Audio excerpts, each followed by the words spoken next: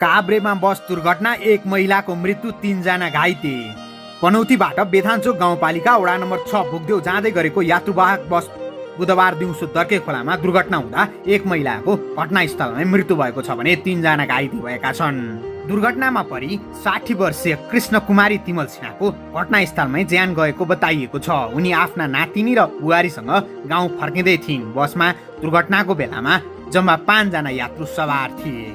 घाइते हुनेमा वर्ष 1 की सङ्गम तिमल सिन्हा मृतक वृद्धकी नातिनी छिन्, जसको टाउकोमा चोट लागेको छ। अर्की घाइते सङ्गीता आचार्य तिमल सिन्हा बुहारीको खुट्टामा चोट लागेको बताइएको छ।